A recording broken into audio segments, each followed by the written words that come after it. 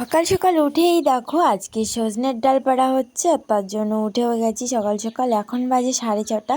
আর আমার বর দেখতেই পাচ্ছ সজনে গাছে উঠে গেছে, বা তোমাদের দাদা ভাই ভাই বন্ধু যেটা খুশি বলতে পারো।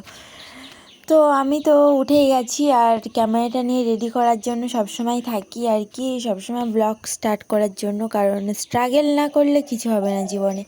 তাই জন্য যতটুকু পারি তোমাদের শেয়ার করি।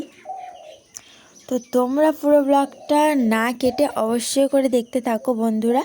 সবাইকে গুড মর্নিং জানাচ্ছি, আর আশা করি তোমরা সবাই অনেক ভালো আছো, সুস্থ আছো, আর এই কামনাই করব যে সবাই সুস্থ থাকো, ভালো থাকো।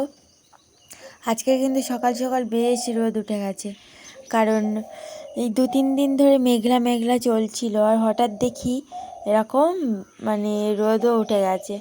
আর ও তো ডালটাই কাটতে পারছিল না, ডালটা কাটলেই সব পুকুরেই নেমে পড়বে, তার জন্য আমিও এতদিন কাটিনি, কারণ আমি একা ছিলাম এখানে, ও তো তখন আসেনি।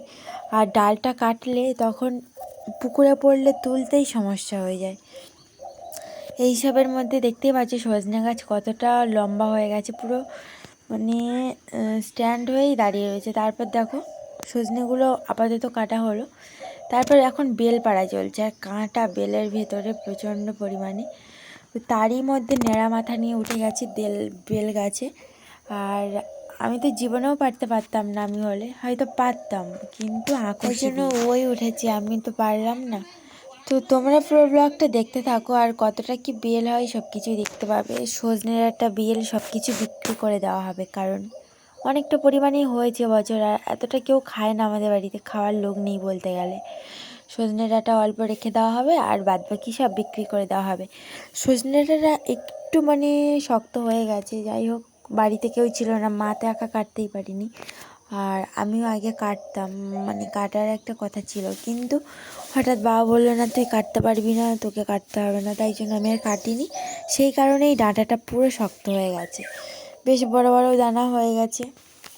আর বেলটা এখনও পর্যন্ত পাকেনি, তবুও দোকানদার বলেছে যে বেলটা পেরে নিয়ে চলে আসবে বিকেলে। যখন ভয়েস ওভার দিচ্ছি পাশ থেকে দেখতে পাচ্ছ পুরো ঘুঘু পাখির কোলাহলটাই দিচ্ছে আর কি, যেমনভাবে ঘুঘু। যাই হোক চলো তোমাদের বেল পাড়ার পরের দৃশ্যটা দেখাই কতটা কি হচ্ছে। এখন আমি একটু বেল নিতে যাচ্ছি, ওখানে ডাকছে বারবার করে। আমি এই যে ক্যামেরা করার জন্য এখানে চুপচাপ করে বসে আছি। ঘুম থেকে উঠে না টায়ার্ডও লাগছে, কারণ কালকে সারা রাত প্রায় মেলাতে জাগা, প্রায় 10:30 পর্যন্ত মেলাই ছিলাম, তার জন্য সকালবেলা উঠতেই ইচ্ছা হচ্ছিল না। তারপর অনেক কষ্টে উঠে গেছি, মা ডাকছিল। ফাইনালি দেখো এই বেলগুলো পাড়া হয়েছে, কেমন লাগছে জানাও। সব বড় ছোট সব রকম রয়েছে, আর কিছুটা ডাঁসাও হয়ে গেছে, ঠিক আছে, পুরো ভর্তি, এক গামলা পুরো বেল। আর সত্যি কথা বলতে এখন চড়ক পুজো আসছে সামনে, আর বেলগুলো খুব তাড়াতাড়ি বিক্রি হয়ে যাবে। আর কিছুদিন আগে শিব চতুর্দশী গেছে, তখন বেলের একটা হিড়িক ছিল, তখন কিন্তু আমাদের গাছের বেল একদম পুরো কাঁচাই ছিল, ঠিক আছে, পুরো সবুজ কালারের, এরকম যে হলদে হলদে কালার হয়ে গেছে এখন পাকার টাইম এসে গেছে, এরকম ছিল না। আরও পুরো সবুজ ছিল, তখন নামালে একদমই বিক্রি হতো না, কারণ সব গাছ তো সমান না, তাই না, কিছু কিছু গাছে অনেকটা লেটেই হয়। তারপরে এই যে দেখো সজনে ডাঁটাগুলো পেরে নিয়েছি, আর অনেক পরিমাণ প্রায় 5 কিলো 5.5 কিলো সজনে ডাঁটা রয়েছে এখানে। তো তোমরাও কে কে সজনে ডাঁটা ভালোবাসো সেটাও জানাও। আর সজনে ডাঁটা খেলে কিন্তু কোনো অপকার নেই, এতে প্রচণ্ড উপকার, এটা স্মল পক্সের জন্য প্রচণ্ড কাজ করে আর কি। তোমরা যারা জানো সেটা তোমরা অবশ্যই খেয়াল করে দেখবে, বা বেশি প্রতিনিয়তই খাওয়ার চেষ্টা করো। আমিও খাই, কিন্তু কি বলো তো, এই ডাঁটাটা এতটাই শক্ত হয়ে গেছে, খুব শক্ত হয়নি, পুরোটা বুড়ো হয়নি আর কি, দানা একটু হয়ে গেছে, তবে বেশিতে তো লাগে না, তবুও আর কি দানা হয়ে গেছে। যাই হোক আমি খাই একটু অল্প পরিমাণে। তারপর এখন দেখো 3টে বাজে, আমি এখন রেডি হয়ে যাচ্ছি, আমার মাও যাচ্ছে আমার সাথে, সব কিছু পুরো বাজারে সব দিয়ে আসবো, কারণ এতদিন ধরে রাখা যায় না বাড়িতে সজনে, শুকনো হয়ে গেলে দোকানদার নেবেও না। আর এখন 3টের সময় যাচ্ছি, এতটা বাইরে রোদ তোমাদের কিছু বলার নেই। আমি ব্যাগে সব কিছু ভরে নিয়েছি সজনে ডাঁটা, আর এই যে এই ব্যাগটাতে বেল রয়েছে, আর সবগুলো সাইকেলে নিয়েই চলে যাব। ফাইনালি দোকানেও চলে এসেছি বন্ধুরা, কিন্তু দেখো কীরকম সমস্যাকর লোকজন। দোকানদার বলল এত ছোট বেল, এটা তো খুব কম দামেই দিতে হবে, তাই জন্য আমরা একটা দাদুর দোকানে দিয়ে চলে এলাম। এখানে একটু বেশ দামেই দিল, কিন্তু ওরা বেল বিক্রি করছে আমাদের গাছের বেলের থেকেও ছোট ছোট বেল, তাও ভীষণ কম দাম বলছিল। সেই হিসেবে নিয়ে আমরা এই দাদুর দোকানে দিয়েই চলে যাব। আর সজনে ডাঁটার কাছে এখনও যাওয়া হয়নি, কোথায় আবার নেবে পাইকারিভাবে সেইখানেই যাব।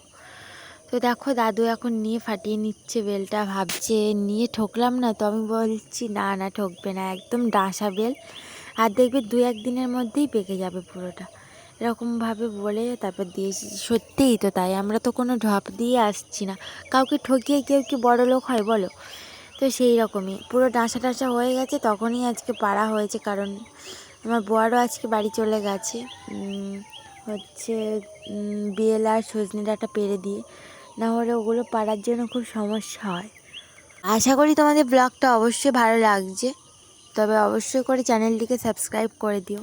এবার এই যে সবজি বাজারে চলে এসেছি, দেখো কুমড়ো সব কিছু বিক্রি হচ্ছে এখানে। তবে কী নেব ভাবছিলাম, কিন্তু বেশ দেখো একদম টাটকা সবজি, আর এইগুলো কলকাতায় হলে কত না দাম হতো। এগুলো আমাদের পিয়ালিতে প্রায় 25-30 টাকা কিলো রয়েছে, আর এখানে দেখো 15 টাকা কিলো, কতটাই কম দাম। তো আন্টিটা আরও বের করছে ব্যাগ থেকে, আরও কুমড়ো রয়েছে আর কি। তো সেই হিসেবে আমরা ওয়েট করছিলাম, যে একটা কুমড়ো বেছে দিয়েছি যে এই কুমড়োটা মেপে দিও। এই যেই ছোট আমার হাতে দেখতে পাচ্ছ ওটা কিন্তু 1.5 কিলোর উপরে আছে কুমড়োটা, দেখে ওরকমই মনে হচ্ছে। তবে চলো সাথে থাকো, আর এইটুকুই রিকোয়েস্ট, তোমরা অবশ্যই ভিডিওটাতে একটা করে লাইক করে দিয়ে যেও, তোমাদের জন্যই রোজ রোজ ভিডিও দেওয়া আর কি। তোমরা কেউ মানে মুখ ফিরে দিয়ে চলে যেও না। সবাইকে তুমি করেই বলছি, কারণ তোমাদেরকে সবাই ফ্যামিলি মনে করি, সবাইকে ইউটিউবের ফ্যামিলি এক একটা বলেই মনে করি, যে আমারও কয়েকজন বন্ধু বান্ধব যারা যারা রয়েছে তোমরা সবাই আমার বন্ধু। সে এমনি তো বন্ধুর কোনো বয়স হয় না, তাই না?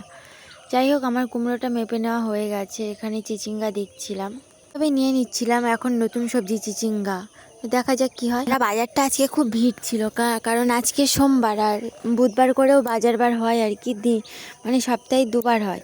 2বারের মধ্যে সোমবারেই বেশি ভিড় হয়, কারণ সোমবারে অনেক দূর থেকে সবাই আসে বাজারে, আর বুধবারে তেমন হয় না, কারণ বুধবারে সব কাছের কাছে বাজার প্রায় কমপ্লিট হয়ে গেছে। বেশি গুরুত্বপূর্ণ, আশা করি তোমরা পুরোটা স্কিপ না করেই দেখো। আমরা এবার বাড়ি যাওয়ার সময় হয়ে গেছে, অনেক কিছু বাজার করেছি, লঙ্কা, কুমড়ো, তারপরে বরবটি, সব কিছুই। আর চিচিঙ্গাটা নেব বলছি, তবু এখনও দিচ্ছে না লোকটা, খুব মানে ইয়ে করছে আর কি। অন্য লোকে জিনিসগুলো আগে দিচ্ছে, আমাদেরটা দিচ্ছিলই না। তারপরে শেষে আবার বললাম যে দাও ঝটপট দাও, তারপরে বলার তারপরেই দিয়েছে। এখন সব কিছু বাজার হয়ে গেছে, চলো ওদিকে ঘুরে আসি। হঠাৎ দেখলাম আইসক্রিম বিক্রি হচ্ছে, তো সেখান থেকে একটা আইসক্রিম নিয়ে নিলাম, মানে বরফ আর কি। তো এটা কিন্তু আমাদের গ্রাম্য ভাষায় বরফই বলে, আইসক্রিম কেউ বলে না। এটা হচ্ছে আলাদা, মানে আইসক্রিমের দোকানে পাওয়া যায় না, এটা হচ্ছে পিছনে শোলের বাক্সে করে লোকটা দিয়ে যায়। তারপর বাড়িতে এসেই দেখো মিষ্টি হালখাতা করা হয়েছে, দুটো হালখাতার মিষ্টি দিয়েছে, কেন জানি না, আমাদের উপর খুশি হয়ে, কারণ আমরা ওই দোকানটা থেকে প্রায় সময় জিনিসপত্র কেনাকাটা করি, বুঝতে পেরেছ? তাই জন্য দেখো 2 প্যাকেট মিষ্টি দিয়েছে এখানে। আর বাটিতে এখন সিঙ্গারা নিয়ে নিচ্ছি, বাজার থেকে সিঙ্গারাও নিয়ে এসেছি, একটু চাটনিও দিয়ে দিয়েছে সাথে। তো আজকের ব্লগটা কেমন লাগলো বন্ধুরা, প্লিজ কমেন্ট করে জানিও, ভালো লাগলে একটা লাইক দিয়ে যেও।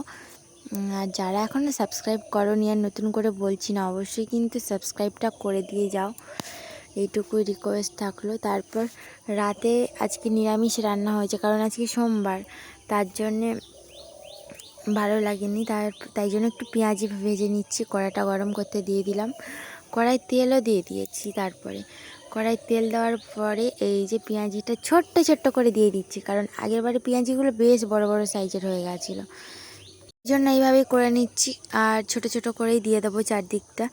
আর আমি এক হাতে ক্যামেরা ধরছি, তো এই জন্যই একটু প্রবলেম হচ্ছিলো, কারণ কখন তেলটা যে লাফ দিয়ে আমার মুখে চোখে চলে আসবে সেটার কোনো ঠিক নেই। যাই হোক, তোমরা সাথে থাকো পুরো ব্লগটা দেখার জন্য রিকোয়েস্ট করছি কিন্তু সবাইকে বারবার করেই। তো আমার কিন্তু পেঁয়াজের তেল একদম পুরো রেডি। একদিন বাদে বাদে একটু পেঁয়াজি খেলে বেশ মনটা ভালো হয়ে যায়, মানে মনটাই সত্যি ফ্রি হয়ে যায়। বিকেলে সিঙ্গাড়া খেয়েছি, এখন পেঁয়াজি খাচ্ছি। এবার একটু পকোড়া বা চাউমিন হলে ঠিক হতো, তাই না? সব কিছু ভাজার উপর দিয়েই চলে যাচ্ছে। যাই হোক, সাথে থাকো বন্ধুরা। আমার পেঁয়াজি ভাজা হয়ে গেছে প্রায় প্রায়।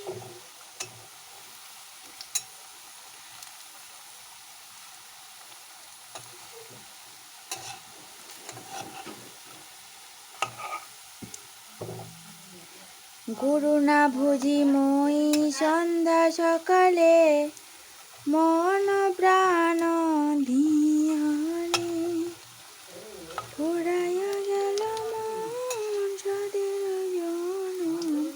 ভাজতে ভাজতে একটু গান করে নিচ্ছিলাম, কারণ আজকে মনটা খুব ভালো আছে, মানে পেঁয়াজি খাবো বলেই আনন্দ সহকারে পেঁয়াজিটা ভেজে নিচ্ছি। তো আমার ভাজা প্রায় কমপ্লিট হয়ে গেছে বন্ধুরা। তবে সবাই ভালো থেকো। আজকে সবাইকে গুড নাইট জানিয়ে দিচ্ছি এখানেই। দেখা হচ্ছে কালকের পর্বে। ঠিক আছে, টাটা সবাইকে।